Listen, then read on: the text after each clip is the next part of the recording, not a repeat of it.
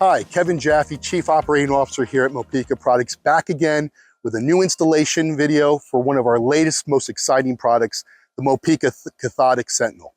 Let's talk about what that is. This is the world's first patented to-market hands-off solution that will give you peace of mind and compliance for your state and federal regulations for checking and monitoring your cathodic protection for your underground tanks.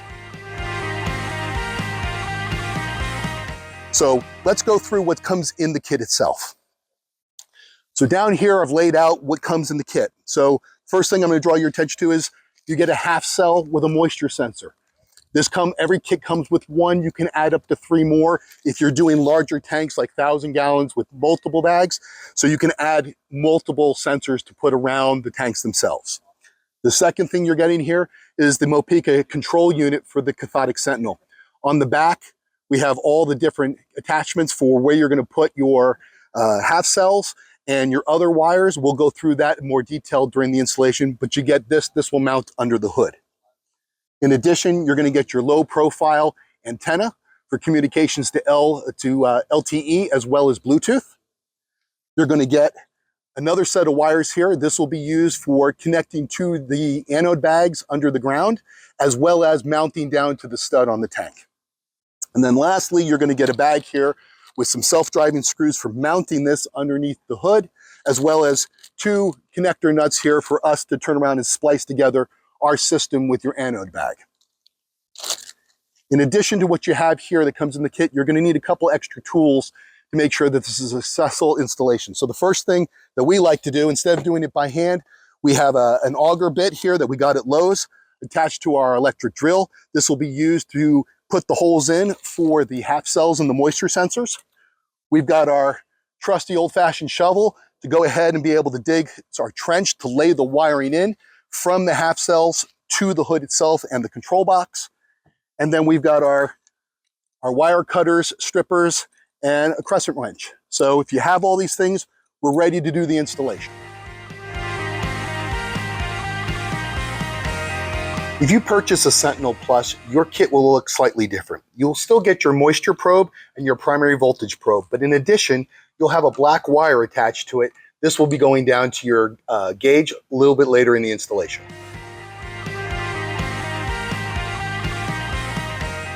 Remember, before you start doing anything, go to your mobile device and go to your Play Store or the Apple iStore and download the Mopeka Copilot app.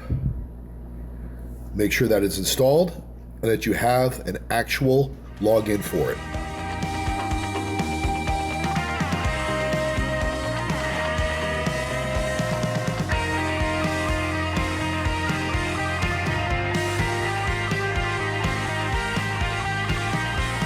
So there's 2 scenarios in which you can install our product. One happens to be on new installations of tanks going in the ground, and the second happens to be existing tanks that are already in the ground. Today, we have a UG-AG 500-gallon tank that we're going to be installing on. So before we get into the rest of the installation, we need to get the lay of the land here of where the tank is, where the anode bag is located, and any piping that may be running to the house. So we've already spoken to the marketer here. We know that this tank is running parallel this way. And we're going to go ahead and lift the hood and just confirm some of the things that the marketer told us and kind of take a look at the real estate that we'll be working with under the hood here. So let's open this up and take a look.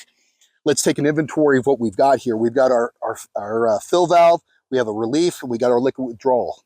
In addition, we've got our regulator here and our gauge. Over here, we've got our stud that the anode bag is tied down to, and we are confirming that it is mounted properly and it's going out this side of the tank. The marketer has told us the anode bag is right here in the front of the tank, so we know where that is when we start digging our holes. In addition, we have our line that's running to the house. It's coming out this side and going directly into the house this way. So now we're aware of that as well, and make sure that we stay away from that. So before we actually start digging anything, we want to do a little pre-planning. So this is something that we recommend when we do all installations like this. So if you look here, I've kind of laid things out on top of the ground before I dig anything. So what we're going to do here is, since we're doing a single half cell moisture sensor installation, we want to make sure that we're 2 to 3 feet off of the tank. We know that our anode bag is down at that end. We want to make sure that we're on this side Why? Because we want to make sure that we're getting independent readings away from the anode bag. We'll talk more about that later. In addition, I've laid this out because I want to leave myself enough wire here that once I get into the entryway here and I'm under the hood, I'm not so tight that it interferes with access to any of the internals. So I want to leave myself enough wire here to be able to get around to where we're going to install the box. So the next thing we're going to do here is we're going to get the auger out. We're going to dig a hole for the half cell that's down 18 to 24 inches, which is required for regulation, as well as getting a good accurate read. And we're going to go ahead and do this trench. So we're going to do that and then we'll come back.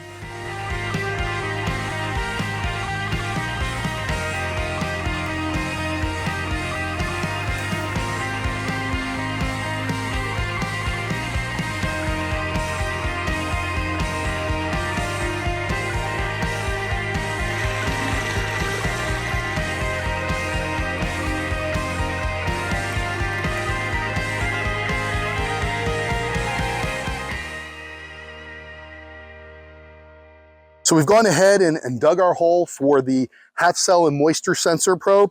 We've also gone ahead here and dug our trench. We've run our wire into the hood here, and as you can see, we've left enough wire to go around all the mechanics here. We're going to end up installing our box here. Next thing we're going to do here is we're going to grab our tools, our wire stripper and cutter, and our wrench, and we're going to go ahead and grab this wiring. Now this is what's going to be tying down and completing the circuit between the anode bag and our system. So there's two ends to this. The first end will be this. We're going to go ahead and disconnect the anode bag from the stud. We're going to mount this down to the stud. Then we're going to take our other lead along with our twist connectors, and we're going to go ahead and tie this into the wire that is attaching to the anode bag. So effectively, when we plug all this into the control, we have now completed a full circuit, being able to measure what's flowing through the tank and what's going through the ground, as well as the moisture reading. So we're going to go ahead and do that, and we'll come back and show you what that looks like. So we've gone ahead and taken our auxiliary wire here, and as we said before, we've mounted it down here to the stud of the tank. We've taken the other lead and connected it to the wire that we released from the stud that connects to the anode bag. One thing you got to remember is, per the warranty for anode bag manufacturing, you got to make sure that this stud is greased so that it doesn't corrode over time. Otherwise, you will get improper reads. So per code, we've gone ahead and put grease on this, and now we're ready to go ahead and install the box. So we've gone ahead and mounted our control box here, and what we had to do here is we ended up taking off the back bracket so that we could rotate the box so that the plugs here were where the wires are terminating, and we kept the antenna mount here on the top, which is the way we wanted to be orientated. So we just took off these 4 screws and spun this around. Next thing we're going to do is we're going to go ahead and connect our wires. So the first one I'm going to grab is our half cell and moisture sensor wire. It's only going to fit into one location, which is the biggest one here on the block. So it's here on the bottom. I'm going to go ahead and push that in. Next, I'm going to take my auxiliary wire that leads to our stud and to the anode bag, and that's only going to fit into one location, which is right above the main probe. So I'm going to go ahead and push that in there. Make sure you don't be afraid to push it in tight. It'll snap in. And then we're just going to go ahead and clean up some of this wiring, and we'll kind of tie this up here. The other 3 here are for if you added an extra anode bag and another probe, they will plug into here, and all these will be color-coded along with numbers. So you'll know 1 goes to 1, 2 goes to 2. Installation's really easy. So now we've gone ahead and hooked up everything, and we're going to move to the next step. If you purchase the Sentinel Plus, you'll have 2 additional steps that you're going to have to take care of. First one is going to be going ahead and connecting our read-ready gauge wire down to our gauge. For the sake of time, I've already removed the screws and the cover. So I'm going to go ahead and just pop out the gauge. I'm going to go ahead and take my wire. I'm going to slide it in until it snaps in nice and tight. And then I'm going to go ahead and put it right back on how I got it, taking my screws and my Phillips head screwdriver and putting it back into place. Now that we've installed our gauge wire, we now have to connect it to the back of the box. On the back of your Sentinel, you're going to see that there's a label here already, and the top one position says gauge reader. We're going to go ahead and pop this out. We're going to go ahead and take our wire, and it's the smaller one of the 2, We're going to go ahead and put it into that position. Make sure it clicks firmly and tightly, and you're done. If you have an older model of Sentinel that doesn't have this sticker, you can still use a retrofit cable. Just plug it into this position and it will still work. Once you've done that, the installation is over. So we've gone ahead and cleaned up the wiring here with some zip ties. As you can see, it's out of the way of any of the mechanics, so it's a nice clean installation, which is great. Next thing we're going to do here is we're going to go ahead and attach and mount our antenna and put our batteries in it. So we're going to take our antenna here. It's going to screw it in. And you're going to get your low profile antenna out. You're going to feed it through the top here. And we're going to go ahead and take off the sticky. And we're going to go ahead and mount it right about here. Actually, let's do it right here out of the way. Go ahead and push that down for about 10, 15 seconds. Make sure we got a good seal. Okay, and we're mounted there. In case it's a little tight inside, you can bend the bracket a little bit to get in here. It was what we did, and then we bent it back, okay? So don't be afraid to do that. That gives a little bit. So we're gonna go ahead and close this up now. And then, as you can see, we've already gone ahead and filled in our trench and our hole. We've gone ahead and taken the hose as well, and we've wet the ground here, so we're gonna make sure that we get a good read. We packed it down a little bit, but not rock tight, but enough to keep everything stable. Now that we've turned around and got all of the steps for the installation done, we're going to go ahead and turn on the Sentinel by opening up your Copilot app and hitting the add button in the top right-hand corner. This is going to activate your camera in your phone. If this is the first time you've ever done this, it's going to ask for permissions to your camera. Please allow it to do so. Once you've done that and your camera's activated, you're going to go ahead and scan the QR code on the unit itself. This will turn around and set up a communications connection with the box itself. Now you have two options here. You can do a new install, which will walk you through the steps that we've already gone through for a tank being put in the ground, or an existing install, which is what we've done today. This is something that's already in the ground. The tank's not being set. So I'm going to go ahead and hit existing install. And what that's going to do is it's going to walk me again to make sure that I did all the steps that you've previously watched in this video. So I'm going to go ahead and hit next, next, next, and I'm going to keep going through this, making sure that I've done all these steps. So this is your checklist, and we've already done this earlier in the video. Once I've gotten to the end of this, it's going to go ahead and scan for batteries, making sure that we have good batteries in there, and now the batteries are live. We're going to go ahead and hit next again now. And that's now we're going to verify cellular connectivity. We do have cellular connectivity, so now I can hit next. Now, this is a single probe, single anode type tank, so we only have V1 and V2.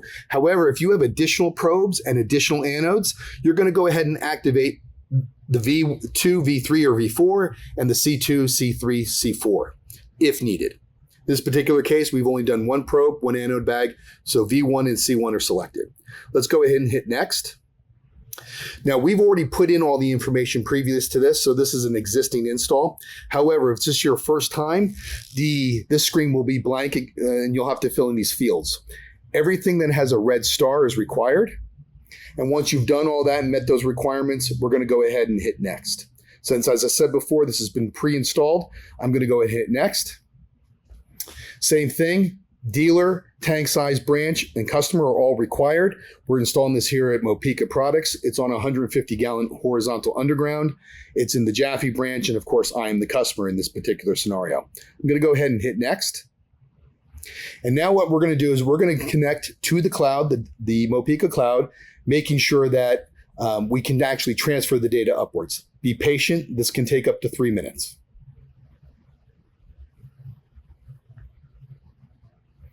There we go. We're connected to AT&T, and everything's been connected to the dashboard successfully. Let's hit next, and we're done. We can go ahead and hit finish. So now that we got our unit into the ground, let's go to the dashboard and see what kind of information it's telling us. So today we did James Alberg.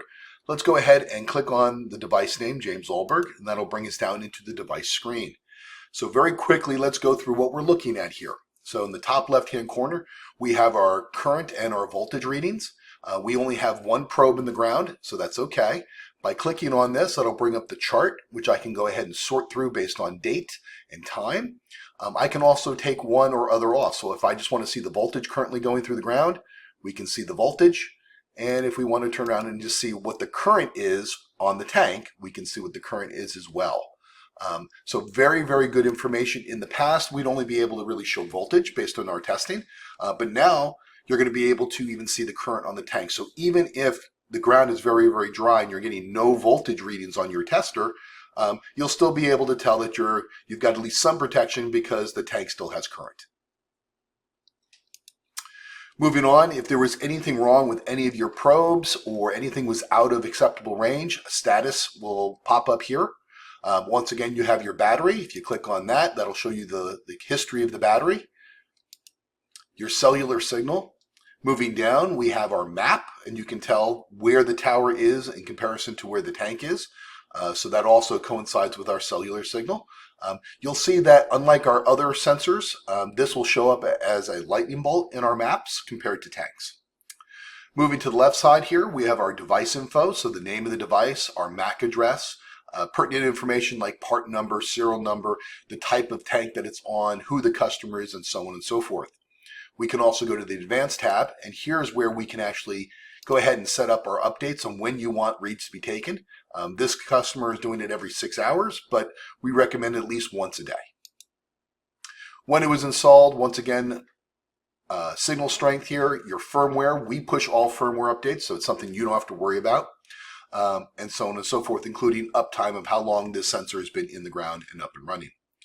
Moving down below, we have the actual individual reads. So I have, by default, V1 and C1 and battery and time span, but I can also add other columns like moisture and temperature during the day. So now I can see what the moisture is in the ground in the reading to make sure that my voltage reading is somewhat related to that, obviously. But then you'll also have your C1, which is current on the tank, and the temperature outside.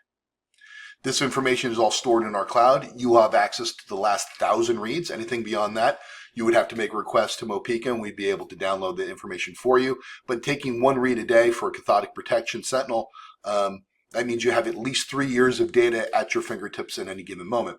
That data is all exportable here, either in a CSV, a PDF, Excel, or you can just straight out print it if you'd like. And that's everything you need to know about the Cathodic Sentinel. Thank you.